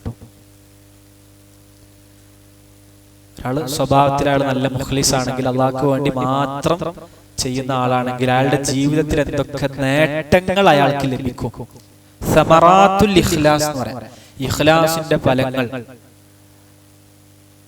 ഇഖ്ലാസ് നമ്മുടെ ജീവിതത്തിൽ എങ്ങനെയൊക്കെ സ്വാധീനിക്കും, എന്തൊക്കെ പ്രതിഫലനങ്ങളാണ് നമ്മുടെ ജീവിതത്തിൽ ഇഖ്ലാസ് ഉണ്ടെങ്കിൽ ഉണ്ടാവുക? അത് ദുനിയാവിലുണ്ട്, ആഖിറത്തിലുണ്ട്. ആദ്യം നമുക്ക് ദുനിയാവിൽ പറയാം. ഒരാൾക്ക് ഇഖ്ലാസ് ഉണ്ടെങ്കിൽ അള്ളാഹു ദുനിയാവിൽ കൊടുക്കുന്ന കാര്യങ്ങൾ പറയാം. ഒരുപാടുണ്ട്. അതിൽ പെട്ടതാണ്, പെട്ടെന്ന് കൊടുക്കുന്ന കാര്യങ്ങളിൽ പെട്ടതാണ് ഒരാളുടെ കർമ്മം അള്ളാഹു സ്വീകരിക്കും. ആദ്യം അത് പറയാം. സ്വീകരിക്കുക എന്നുള്ളത്, ഏത് കർമ്മത്തിലും ഇഖ്ലാസ് ഉണ്ടെങ്കിൽ, നല്ല നിയ്യത്തുണ്ടെങ്കിൽ ആ കർമ്മം അള്ളാഹു സ്വീകരിക്കും. നല്ല കബൂലിയത്ത് കിട്ടും, അതിന് സ്വീകാര്യത കിട്ടും. ഇപ്പൊ ഒരാൾ ഉറങ്ങാണ് എന്ന് വിചാരിച്ചോളൂ. മടി കൊണ്ട് തോന്നുന്നല്ല, ഞാനിപ്പോ കുറച്ചു നേരം കടന്നാൽ എനിക്ക് അതുകൊണ്ട് അള്ളാഹനെ ഇബാദത്ത് എടുക്കാനാണ്, കുറച്ചുകൂടി ഒന്നൊരു ഊർജ്ജം കിട്ടും ഖുർആൻ ഓതാൻ. അങ്ങനെ ഉറങ്ങുകയാണെങ്കിൽ ആ ഉറക്കത്തിനും കൂലിയാണ്. ചില പണ്ഡിതന്മാർ പറഞ്ഞില്ലേ, യസുറുനി അൻ യകൂന ലീ ഫീ കുല്ലി ഷൈഇൻ നിയ്യ, എന്റെ എല്ലാ കാര്യങ്ങളിലും നിയ്യത്തുണ്ടാവുക എന്നുള്ളത് എന്നെ സന്തോഷിപ്പിക്കുന്നു. ഹത്താ ഫിൽ അക്ലി, ഞാൻ ഭക്ഷണം കഴിക്കുമ്പോൾ പോലും എനിക്കൊരു നീയത്ത് വേണം. വൻ നൗമി, ഞാൻ ഉറങ്ങുമ്പോൾ പോലും എനിക്കൊരു നല്ല നീയത്തുണ്ടാകണം. സുബ്ഹാനല്ലാഹ്. അപ്പൊ നമ്മുടെ നീയത്ത് നന്നായി കിട്ടിക്കഴിഞ്ഞാൽ വലിയ കിട്ടലാണ്. നമ്മുടെ റമളാനൊക്കെ ഉഷാറാവും. ഒരു എന്താ പറയാ, ആത്മാവില്ലാത്ത കർമ്മങ്ങളിൽ നിന്ന് റൂഹുള്ള കർമ്മങ്ങളിലേക്ക് വരുമ്പോൾ അവിടെ ഒരു മാറ്റം. ആ മാറ്റം നമ്മളുടെ ഹൃദയത്തിലും നമ്മുടെ പുറത്തും കർമ്മങ്ങളിലൊക്കെ പ്രതിഫലിക്കും ഇൻഷാ അല്ലാഹ്. പിന്നെ രണ്ടാമത് ദുനിയാവിലെ ആൾക്ക് കിട്ടുക, ജനങ്ങൾക്കിടയിൽ അയാൾക്കൊരു സ്വീകാര്യതയും ഒരു ഹൈബത്തും ഒരു ഗാംഭീര്യത കിട്ടും. അത് അയാൾ ആഗ്രഹിച്ചിട്ടൊന്നല്ല, പക്ഷെ അത് അങ്ങനെയാണ്. ഇഖ്ലാസുള്ള ആളുകളെ സംബന്ധിച്ചിടത്തോളം, ഇഖ്ലാസുള്ള ആളുകൾക്ക് അള്ളാഹ് ദുനിയാവിലൊരു കബൂലിയത്ത്, ഒരു സ്വീകാര്യത ഇട്ടുകൊടുക്കുമെന്നുള്ളത് അള്ളാഹുവിന്റെ സുന്നത്താണ്. അത് അള്ളാഹുവിന്റെ ആദത്താണ്, പതിവാണ്. ലാ തുബദ്ദൽ, ഒരിക്കലും മാറ്റം വരാത്ത പതിവാണ്. ഒരിക്കലും ആർക്കും മാറ്റം വരുത്താൻ പറ്റാത്ത അള്ളാഹിന്റെ ചര്യയാണ്. എന്ത്? ഒരു മുഖ്ലിസായ വ്യക്തിക്ക് അള്ളാഹു ഗാംഭീര്യത്തിന്റെയും പ്രകാശത്തിന്റെയും സ്നേഹത്തിന്റെയും വസ്ത്രം ധരിപ്പിക്കും. അയാൾ വരുമ്പോ നമുക്കൊരു മനസ്സിലൊരു ഗാംഭീര്യം തോന്നും, ഒരു സ്നേഹം തോന്നും, ഒരു പ്രകാശം നമുക്ക് കിട്ടും. അത് എല്ലാവരുടെ ഹൃദയവും അയാളിലേക്ക് തിരിയും. പിന്നെ മാത്രല്ല, നേരെ തിരിച്ചു, ആളുകൾക്ക് വേണ്ടി കർമ്മം ചെയ്യുന്ന ആളുകൾ, ഇങ്ങനെ ആളുകളെ കാണിക്കാൻ വേണ്ടി ചെയ്യുന്ന ആളുകൾക്ക് ആളുകൾ വലിയ വില ഒന്നും ഉണ്ടാവില്ല, ആരും പരിഗണിക്കൂല. ഓനൊരു കാട്ടിക്കൂട്ടലാണ്, എല്ലാരും ഒന്ന് കാണിക്കാൻ വേണ്ടി ചെയ്യുന്ന ആളാണെന്ന് എല്ലാരും പറയുകയും ചെയ്യും. ഒരു നിന്യതൊക്കെ മനസ്സിലുണ്ടാവും എല്ലാവരും മനസ്സിലും. നേരെ തിരിച്ച് മുഖ്ലിസ് ആണെങ്കിൽ ഈ രൂപത്തിലുള്ള ബഹുമാനം അയാൾക്ക് അള്ളാഹ് കൊടുക്കുകയും ചെയ്യും. മറ്റേത് ആളുകൾ ദേഷ്യപ്പെടുകയാണ് ഉണ്ടാവുക. അത് അള്ളാഹ് കൊടുക്കുന്നതാണ്. ഒരാൾ അതിനു വേണ്ടി പ്രവർത്തിക്കണം എന്നല്ല പറഞ്ഞത്. പിന്നെ ആരെങ്കിലും ഇഖ്ലാസുള്ള ആളാണെങ്കിൽ അള്ളാഹുവിന്റെ കർമ്മത്തിൽ ഖബൂലിയത്തും ഖൈറും ബറക്കത്തും കൊടുക്കും, എപ്പോഴും കൊടുക്കും. ഹംദൂൻ ഇബ്നു അഹ്മദ് എന്ന ആളോട്, പണ്ഡിതനാണ്, അദ്ദേഹത്തോട് ഒരാൾ ചോദിച്ചു, മാ ബാലു കലാമി സലഫി അൻഫഅ മിൻ കലാമിനാ. ഈ മുൻഗാമികളുടെ സംസാരം ഉണ്ടല്ലോ, നിങ്ങൾ നോക്കി, നല്ല ശ്രദ്ധിക്കേണ്ട ഒരു പോയിന്റ് ആണ് കേട്ടോ. സലഫുകളുടെ സംസാരം നമ്മുടെ സംസാരത്തെക്കാൾ ഉപകാരമുള്ള സംസാരങ്ങളാണല്ലോ. നമ്മൾ ആലോചിക്കണേ, എത്ര ആളുകൾ, പുതിയ പുതിയ പണ്ഡിതന്മാർ പറഞ്ഞാൽ ഇമാം ഷാഫി, ഇമാം അഹ്മദിന്റെ ഒക്കെ സംസാരത്തിന്റെ ഒരു പ്രാധാന്യം, സ്വഹാബത്തിന്റെ സംസാരത്തിന്റെ ഒക്കെ ഒരു ഗാംഭീര്യം, മുൻഗാമികളുടെ സംസാരം എന്താണ് നമ്മുടെ സംസാരത്തെക്കാൾ ഉഷാറായത് എന്ന് അദ്ദേഹത്തോട് ചോദിച്ചപ്പോൾ അദ്ദേഹം പറഞ്ഞു, കാരണം ഇസ്ലാമിന് പ്രതാപം കിട്ടാനാണ് അവർ സംസാരിച്ചത്. മനുഷ്യ മനസ്സുകളെ രക്ഷപ്പെടുത്താനാണ് അവർ സംസാരിച്ചത്. റഹ്മാനായ റബ്ബിന്റെ തൃപ്തിക്ക് വേണ്ടിയാണ് അവർ സംസാരിച്ചത്. നമ്മൾ സംസാരിക്കും, നമ്മളെന്തോ വലിയ ആൾക്കാരെന്ന് കാണിക്കാൻ വേണ്ടി നമ്മൾ പ്രസംഗിക്കും. ദുനിയാവ് തേടിക്കൊണ്ടാണ് നമ്മുടെ സംസാരം. ജനങ്ങളൊക്കെ എന്റെ അടുത്തേക്ക് വരട്ടെ എന്ന് കരുതിയ സംസാരം. ഇതാണ് വ്യത്യാസം എന്ന് പറഞ്ഞു. അപ്പൊ അത് നിയ്യത്തിലുള്ളതാണ്. പിന്നെ എന്ന് പറഞ്ഞു, ഇമാം മാലിക് റഹ്മത്തുള്ളാഹി അലൈഹി മുവത്ത എന്ന കിതാബ് രചിച്ചുകൊണ്ടിരിക്കുന്ന സമയം അദ്ദേഹത്തോട് പറഞ്ഞു, നിങ്ങൾ ഈ കിതാബ് രചിക്കാൻ വേണ്ടി ഒരുപാട് പരിശ്രമിച്ചു. ഇതേപോലുള്ള ഒരുപാട് ആളുകൾ കുറെ കിതാബ് എഴുതിയിട്ടുണ്ട്. പിന്നെ എന്താ നിങ്ങളെ കിതാബും അവരുടെ കിതാബും തമ്മിലുള്ള വ്യത്യാസം? നിങ്ങൾ കുറെ മൊത്തം എഴുതാൻ വേണ്ടി നല്ല പരിശ്രമിക്കുന്നുണ്ട്. ഇതേപോലത്തെ കുറെ ആളുകൾ ഹദീസുകൾ ജമ്മ ചെയ്തിട്ടുണ്ട്. ഇമാം മാലിക്കിന്റെ കാലത്ത് ഒരുപാട് ആളുകൾ ഹദീസുകൾ ഇങ്ങനെ കൂട്ടി വെച്ചിട്ട് പരിശ്രമങ്ങൾ നടത്തിയിട്ടുണ്ട്. എന്താണ് തമ്മിലുള്ള വ്യത്യാസം? നിങ്ങൾ അവർ ചെയ്ത കിതാബുകളൊക്കെ എടുത്തു കൊണ്ടിയാണ് ഇമാം മാലിക് ആ കിതാബുകൾ മുഴുവൻ മുമ്പിൽ വെച്ച് പറഞ്ഞു, ഇതിൽ അള്ളാന്റെ വജ്ഹ് ഉദ്ദേശിക്കാത്ത ഒന്നും ബാക്കിയാവില്ല.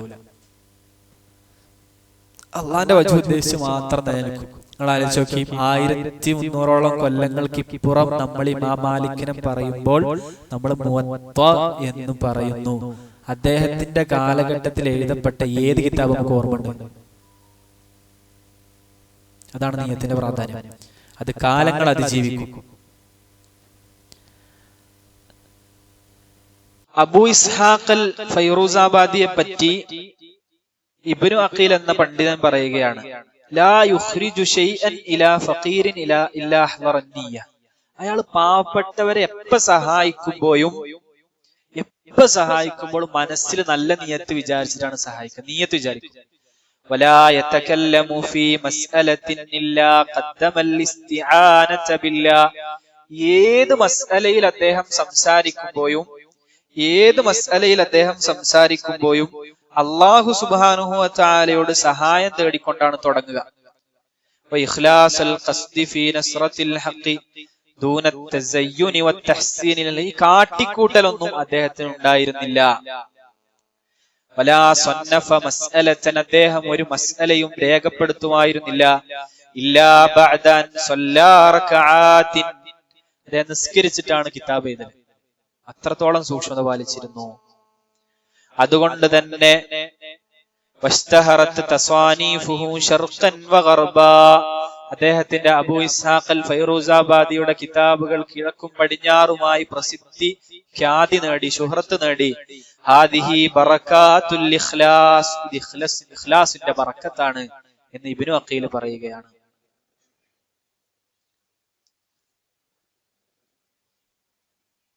യാ അല്ലാഹ്. ഇനി ഒരു സംഭവം കൂടി പറയാം. ഉമർ ഇബ്നു ദർറ് തന്റെ ഉപ്പയോട്, ദർറ് എന്നവർ തന്റെ ഉപ്പയോട് ചോദിച്ചു, ഉമർ എന്നവരോട് ചോദിച്ചു, ഉപ്പ, നിങ്ങൾ സംസാരിക്കുമ്പോ മാത്രം ആളുകൾ കരയും, വേറെ കുറെ ആളുകൾ വാഴ്ന്നു പറയുമ്പോ ആളുകൾ കരയിലൊന്നുമില്ല, എന്താ നിങ്ങളെ സംസാരത്തിന്റെ പ്രത്യേകത എന്ന് ചോദിച്ചു. അപ്പൊ അദ്ദേഹം പറഞ്ഞു, മോനെ, കൂലി കൊടുത്ത് കരയിപ്പിക്കണതും കുട്ടിയെ നഷ്ടപ്പെട്ട് ഉമ്മ കരയണതും എങ്ങനെ വ്യത്യാസമുണ്ട്? ഒരു മകനെ നഷ്ടപ്പെട്ട് ഉമ്മ എങ്ങനെ കരയാ? അത് ആത്മാർത്ഥായ കരച്ചിലേക്കും. പൈസ കൊടുത്ത് കരയിപ്പിച്ചാലോ ആത്മാർത്ഥം ഉണ്ടാവില്ല. ഇതേപോലെയാണ് ചിലത്. ഇനി മൂന്നാമത് നമുക്ക് കിട്ടുന്ന ഇഖ്ലാസ് കൊണ്ടുള്ള പ്രത്യേകത എന്താന്ന് വെച്ചാൽ, അള്ളാന്റെ സ്നേഹം, അള്ളാന്റെ സഹായം, അള്ളാന്റെ പ്രത്യേകമായ പരിഗണന, ഇതൊക്കെ ഇഖ്ലാസ് കൊണ്ട് കിട്ടും. ഇതൊക്കെ ഇഖ്ലാസ് കൊണ്ട് കിട്ടും. നോക്ക, അല്ലാഹു സുബ്ഹാനഹു വ തആല ബൈഅത്തുർ റിദ്വാൻ എന്ന് പറയുന്ന സംഭവം നമുക്ക് അറിയൂലേ? ആ ഒരു ബൈഅത്ത് റസൂലുള്ളാഹി സ്വല്ലല്ലാഹു അലൈഹി വസല്ലമ ഹുദൈബിയയിലേക്ക് പോയപ്പോൾ അവിടുന്ന് ഉംറക്ക് ചെയ്യുമ്പോൾ അവിടുന്ന് പറഞ്ഞ എപ്പോഴും എല്ലാവരും റസൂലുള്ളാഹിക്ക് ബൈഅത്ത് ചെയ്ത ഒരു സംഭവം, ബൈഅത്തുർ റിദ്വാൻ, ആ മരത്തിന്റെ ചോട്ടിൽ നിന്ന് എല്ലാവരും ബൈഅത്ത് ചെയ്ത ആ സംഭവം. അവരെ പറ്റി പറഞ്ഞപ്പോൾ അല്ലാഹു പറഞ്ഞു, لقد رضي الله عن المؤمنين إذ يبايعونك تحت الشجرة. ആ മരത്തിന്റെ ചുവട്ടിൽ നിന്ന് നിനക്ക് വിശ്വാസികൾ ബൈഅത്ത് ചെയ്തപ്പോൾ അവരെ അല്ലാഹു തൃപ്തിപ്പെട്ടിരിക്കുന്നു. ഫഅലിമ മാ ഫീ ഖുലൂബിഹിം. അവരുടെ ഹൃദയത്തിൽ അപ്പ എന്തുണ്ട് എന്ന് അല്ലാഹുക്ക് അറിയാം. ഫഅൻസല സകീനത അലൈഹിം. അതുകൊണ്ട് അല്ലാഹു അവർക്ക് സകീനത്ത് അവരുടെ മേൽ അവതരിപ്പിച്ചു. വഅസാബഹും ഫത്ഹൻ ഖരീബാ. പിന്നെ വളരെ തൊട്ടടുത്തുള്ള ഒരു വിജയം അല്ലാഹു അവർക്ക് പ്രതിഫലമായി കൊടുക്കുകയും ചെയ്തു. എന്താണ് കാരണം? ഫഅലിമ മാ ഫീ ഖുലൂബിഹിം. അവരുടെ ഹൃദയത്തിലുള്ളത് അല്ലാഹു മനസ്സിലാക്കിയത് കൊണ്ടാണ്. അപ്പൊ അല്ലാഹു അവരെ സഹായിച്ചു എന്നുള്ളതാണ്. അള്ളാഹു ഒരാളെ സഹായിക്കൽ അയാളുടെ ഇഖ്ലാസ് കൊണ്ടാണ്. അപ്പൊ ഇഖ്ലാസ് ഉണ്ടെങ്കിൽ അള്ളാഹുവിന്റെ പ്രത്യേകമായ സഹായം നമ്മൾക്കുണ്ടാകും, അള്ളാഹിന്റെ പ്രത്യേകമായ പരിഗണന നമ്മൾക്കുണ്ടാകും. നാലാമത്തത്, ഇഖ്ലാസ് കൊണ്ട് നമുക്ക് ദുനിയാവിൽ കിട്ടുക, ഇഖ്ലാസ് കൊണ്ട് ഒരു കർമ്മത്തെ പെരുപ്പിക്കാനും അധികരിപ്പിക്കാനും അതിനെ വലുതാക്കാനും പറ്റും. ചെറിയ കർമ്മത്തെ വലുതാക്കാൻ ഇഖ്ലാസ് കൊണ്ട് സാധിക്കും. അയാളുടെ പോക്കറ്റിൽ ഒരു 10 രൂപ ഉണ്ട്, അയാൾ അത് സ്വതക്ക കൊടുത്തു. വേറെ ആളുടെ 1,00,000 രൂപ സ്വതക്ക കൊടുത്തു. ആദ്യത്തെ ആള് 10 രൂപ കൊടുത്തത് വളരെ മുഖ്ലിസായിട്ടാണ്, വളരെ ആത്മാർത്ഥമായി അള്ളാഹ്ക്ക് വേണ്ടി മാത്രം ചെയ്താണ്. രണ്ടാമത്തെ ആൾ 1,00,000 കൊടുത്തത് ഇന്ന ആൾക്കാർ നല്ലോണം കൊടുക്കുന്ന ആളാണെന്ന് പറയട്ടെ എന്ന് വിചാരിച്ച് കൊടുത്താണ്. ആദ്യത്തെ ആളെക്കാൾ പ്രതിഫലവും കൂലിയും അള്ളാഹിന്റെ അടുക്കൽ സ്ഥാനവും, 1,00,000 കൊടുത്ത ആളെക്കാൾ സ്ഥാനം ഈ 10 രൂപ കൊടുത്ത ആൾക്കുണ്ടാവും. അവിടെ പൈസന്റെ ക്വാണ്ടിറ്റി അല്ല, ഇവരുടെ മനസ്സിന്റെ ക്വാളിറ്റിയാണ് അവിടെ അള്ളാഹു പരിഗണിക്കുക. ഒരു കർമ്മത്തെ ഉയർത്താൻ അള്ളാഹ്ക്ക് സാധിക്കും എന്നുള്ളതാണ്. ചിലപ്പോൾ ചെറിയ കർമ്മമായിരിക്കും നമ്മൾ ചെയ്യുക. നമ്മൾ പരലോകത്ത് ചെല്ലുമ്പോൾ ആ കർമ്മം ഉണ്ടാവും, വലിയ ഉഹുദ് മല പോലെ ആ കർമ്മം ഉണ്ടാവും. അള്ളാഹ് നമ്മളെ കർമ്മങ്ങളൊക്കെ അങ്ങനെ ആക്കട്ടെ. ചെറിയൊരു സുബ്ഹാനല്ലാഹ് കാര്യം ചിലപ്പോൾ നമ്മൾ പരലോകത്ത് ചെല്ലുമ്പോൾ കാണാം അത് വലുതായി നിൽക്കണം. കാരണം നീയത്തിന്റെ പ്രത്യേകതയാണ്, നീയത്തോണ്ട് അത് സാധിക്കും എന്നുള്ളതാണ്. അബൂബക്കർ ബിൻ അയ്യാഷ് പറഞ്ഞു, മാ സബഖകും അബൂബക്കറിൻ ബികസറത്തി സൗമിൻ വലാ സ്വലാത്തിൻ. അബൂബക്കർ റളിയല്ലാഹു അൻഹു ആണല്ലോ ഈ ഉമ്മത്തിലെ ഏറ്റവും ശ്രേഷ്ഠനായ വ്യക്തി, അല്ലേ? സഹാബത്തിന് മുഴുവൻ ശ്രേഷ്ഠതകളുണ്ട്. വലികുല്ലിഹിം ഖദറുൻ അലാ വഫളായിലു ലാകിന്നമ അസ്സിദ്ദീഖു മിൻഹും അഫ്ളലു. എല്ലാവർക്കും ഫളലുകളുണ്ട്, പക്ഷേ സിദ്ദീഖ് റളിയല്ലാഹു അൻഹു ആണ് അവരിൽ ശ്രേഷ്ഠൻ. മാ സബഖകും അബൂബക്കറിൻ ബികസറത്തി സൗമിൻ വലാ സ്വലാത്ത്. അബൂബക്കർ റളിയല്ലാഹു അൻഹു നിങ്ങളെ മുൻകടന്നത് നിങ്ങളെക്കാൾ കുറേ നിസ്കരിച്ച് കുറേ നോമ്പ് വെച്ചിട്ടല്ല, പിന്നെയോ വലാകിൻ ബിശൈഇൻ വഖറ ഫീ ഖൽബിഹി, അദ്ദേഹത്തിന്റെ ഹൃദയത്തിൽ ഉണ്ടായ രൂപപ്പെട്ട ഈമാൻ കൊണ്ടാണ് അദ്ദേഹം നിങ്ങളെക്കാൾ മുൻകടന്നത് എന്ന് പണ്ഡിതന്മാർ പഠിപ്പിക്കുന്നു. അപ്പൊ ഒരു കർമ്മത്തെ പെരുപ്പിക്കാൻ, വലുതാക്കാൻ നിയത്തിന് കഴിയും. ഇബ്നുൽ മുബാറക് പറഞ്ഞു, റുബ്ബ അമലിൻ സ്വഗീരിൻ തുഅള്ളിമുഹു നിയ്യ. എത്ര ചെറിയ കർമ്മങ്ങളാണ് നിയ്യത്ത് അതിനെ വലുതാക്കിയത്. വറുബ്ബ അമലിൻ കബീരിൻ തുസഗ്ഗിറുഹു നിയ്യ. എത്ര വലിയ കർമ്മങ്ങളാണെന്നോ നിയ്യത്ത് അതിനെ ചെറുതാക്കി കളഞ്ഞത്. അപ്പൊ നിയ്യത്ത് കൊണ്ട് കർമ്മം വലുതാവുകയും ചെറുതാവുകയും ചെയ്യും എന്ന് നമ്മൾ മനസ്സിലാക്കുക. യാ അല്ലാഹ്, അങ്ങനെ ഒരുപാട് ഹദീസുകൾ ഈ വിഷയത്തിൽ നമുക്ക് കാണാൻ പറ്റും. അഞ്ചാമത്, ദുനിയാവിൽ ഒരാൾക്ക് കിട്ടാൻ പോകുന്നത്, അല്ലെങ്കിൽ പെട്ടെന്ന് കിട്ടാൻ പോകുന്നത്, ഒരു കർമ്മത്തിൽ തുടർച്ച എന്നുള്ള ഭാഗ്യം ഇഖ്ലാസ് ഉള്ളവർക്ക് മാത്രമേ കിട്ടുള്ളൂ. ചില ആളുകള് ഇന്ന് റമദാൻ മാസം കഴിഞ്ഞ് നമുക്ക് തറാവീഹ് നിസ്കരിക്കാൻ പറ്റാത്ത, അല്ലെങ്കിൽ രാത്രി നിസ്കരിക്കാൻ പറ്റാത്ത, ആത്മാർത്ഥമായി ആലോചിച്ചോക്കണേ. റമദാൻ മാസം കഴിഞ്ഞാൽ എന്തുകൊണ്ട് നമുക്ക് ഖുർആൻ ഓതാൻ പറ്റുന്നില്ല? നമ്മൾ പണ്ട് റമദാൻ മാസത്തിൽ ഇല്ലെത്തിക്കാൻ കുറച്ചുകൂടി ആരോഗ്യം ഉണ്ടല്ലോ, അല്ലാത്ത മാസത്തില് ഭക്ഷണം കഴിക്കണ്ടല്ലോ കുറച്ചുകൂടി. എന്തുകൊണ്ട് റമദാൻ മാസത്തിലെ രാത്രി നിസ്കാരം പോലെ നമുക്ക് ഉറങ്ങുന്നതിന് മുമ്പെങ്കിലും ഒന്ന് തറാവീഹ് അല്ലെങ്കിൽ ഒരു 3 റക്അത്തെങ്കിലും നിസ്കരിച്ച് കിടക്കാൻ പറ്റുന്നില്ല? എന്തുകൊണ്ട് തുടർച്ച കിട്ടുന്നില്ല? ഇഖ്ലാസ് ഉണ്ടായിരുന്നില്ല. ഇഖ്ലാസ് ഉണ്ടെങ്കിൽ അള്ളാഹ് തുടർത്തന്നെ ചെയ്യും. എന്തുകൊണ്ട് നമുക്ക് പിന്നെയും ഖുർആൻ ഓതാൻ പറ്റുന്നില്ല? തുടർച്ച എന്നുള്ളത് ഒരു വലിയ സമ്മാനമാണ് അള്ളാന്റെ ഭാഗത്ത് നിന്നുള്ള. എല്ലാവർക്കും ഒന്നും കൊടുക്കൂല. തുടർച്ചയില്ലായ്മ ഒരു വലിയ ശിക്ഷയാണ്. എന്നാലോചിച്ച് നോക്കി, നമ്മൾ കുറെ ചെയ്യും, പിന്നെ സ്റ്റോപ്പ് ആവും, ഒരു തുടർച്ച കിട്ടണില്ല. ഈ തുടർച്ചയ്ക്ക് ഏറ്റവും നന്നായി വേണ്ടത് ഇഖ്ലാസ് ആണ് എന്ന് പണ്ഡിതന്മാർ പഠിപ്പിക്കുന്നു. കാരണം ബാക്കി എല്ലാ ലക്ഷ്യങ്ങളും മാഞ്ഞു പോകും, അള്ളാഹ് എന്നുള്ള ലക്ഷ്യം മാഞ്ഞു പോകൂല. ആ ലക്ഷ്യമുള്ള ആൾക്ക് തുടരെ കർമ്മങ്ങൾ ചെയ്യാൻ പറ്റും. പിന്നെ ഇഖ്ലാസ് കൊണ്ട് കിട്ടുക, ഒരാളുടെ പ്രാർത്ഥനക്ക് ഉത്തരം കിട്ടും, അയാളുടെ മനസ്സ് വിശാലമാകും, വല്ലാത്തൊരു ഐശ്വര്യത്തിൽ ജീവിക്കും, ഭയങ്കര സന്തോഷത്തിൽ ജീവിക്കാൻ പറ്റും. ഒരു ആസ്വാദനത്തിനോടും തുലനം ചെയ്യാൻ പറ്റാത്ത ആസ്വാദനം ഇഖ്ലാസ് ഉള്ള വ്യക്തി കിട്ടും. ഇഖ്ലാസ് ഉള്ളവർക്ക് ഭയങ്കരമായ ഒരു സന്തോഷവും സമാധാനവും ആശ്വാസവും സുഖവും കിട്ടും, പ്രാർത്ഥനക്ക് ഉത്തരവും കിട്ടും. മുഖ്ലിസ് ആണെങ്കിൽ അള്ളാഹു പെട്ടെന്ന് സ്വീകരിക്കുമല്ല. അപ്പോ ഇതും അതിന്റെ ഒരു വലിയ പ്രതിഫലമാണ്. ഭയങ്കര ആശ്വാസം. ഇഖ്ലാസിനേക്കാൾ ഒരു ഖൽബിന് ആശ്വാസം കൊടുക്കുന്ന ഒന്നുമില്ല. ഇനി നോക്കുക, പിന്നെ ഒരു സമൂഹം മുഴുവൻ നന്നാകും. ഒരു വ്യക്തിയല്ല, കുടുംബമല്ല, സമൂഹം നന്നാവും ഇഖ്ലാസ് ഉണ്ടെങ്കിൽ. പിന്നെ എട്ടാമത്തെ പറയാനുള്ളത്, അള്ളാഹുവിന്റെ പ്രത്യേകമായ കിഫായത്ത് കിട്ടും. എല്ലാ വിഷയത്തിലും അള്ളാഹ് ഉണ്ടാവും. എന്റെ എപ്പോഴും അള്ളാഹ് ഉണ്ടാവും, കൂടെ അള്ളാഹ് ഉണ്ടാവും. ആരും ഏൽപ്പിക്കേണ്ടി വരില്ല, അള്ളാഹിനെ മാത്രം ഏൽപ്പിക്കാനുള്ള പ്രത്യേകമായൊരു സഹായം. ജനങ്ങളെ ആരെയും ഭരമേൽപ്പിക്കാതെ അള്ളാഹിനെ ഏൽപ്പിക്കാൻ പറ്റും ഇഖ്ലാസ് ഉള്ള ആളെ സംബന്ധിച്ചിടത്തോളം. അലൈസല്ലാഹു ബികാഫിൻ അബ്ദഹു. അബ്ദഹു എന്ന് പറഞ്ഞാൽ അള്ളാഹിന്റെ അടിമയാകണം. അള്ളാഹിന്റെ അടിമക്ക് അള്ളാഹ് പോരെന്ന്. നമ്മൾ എത്രത്തോളം അള്ളാഹിന്റെ നല്ല അടിമയാകുന്നു അത്രത്തോളം അള്ളാഹ് നമുക്ക് മതിയാവും. അങ്ങനെ ആദ്യമൊക്കെ ആയത്ത്. നമുക്ക് അള്ള മതി, എല്ലാ അടിമകൾക്കും അള്ള മതി. ഈ അബ്ദ് എന്നുള്ള അള്ളാന്റെ അടിമ ആരാണ്?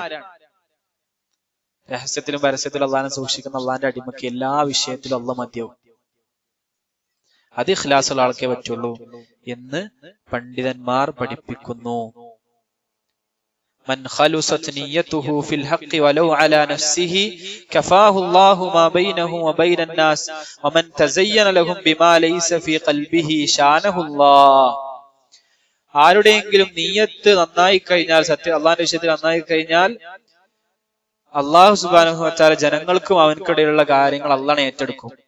ആരെങ്കിലും അവർക്ക് വേണ്ടി അലങ്കാരം കാണിച്ചാൽ, ജനങ്ങൾക്ക് വേണ്ടി കാട്ടിക്കൂട്ടിയാൽ, ഷാനഹുല്ലാഹ്, അള്ളാഹു അയാളെ നിന്ദിക്കുകയും ചെയ്യും എന്ന് പണ്ഡിതന്മാര് നമ്മളെ പഠിപ്പിക്കുകയാണ്.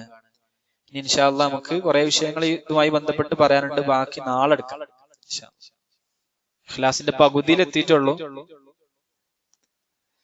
ഇഖ്ലാസ് ഏകദേശം 100-110 പേജ് ഉണ്ട്. ഇൻഷാ അല്ലാഹ് കഴിയുന്ന പോലെ എടുക്കാം. നാളെ നമുക്ക് ഇഖ്ലാസിന്റെ ബാക്കി എടുക്കാം. അടുത്ത കർമ്മത്തിലേക്ക് കടക്കാൻ പറ്റുകയാണെങ്കിൽ ഇൻഷാ അല്ലാഹ് നാളെ കടക്കുകയും ചെയ്യാം. കുറെ വിഷയങ്ങൾ ഇതുമായി ബന്ധപ്പെട്ട് പറയാനുണ്ട്. പെട്ടെന്ന് പറഞ്ഞു പോയിട്ട് കാര്യമില്ലല്ലോ.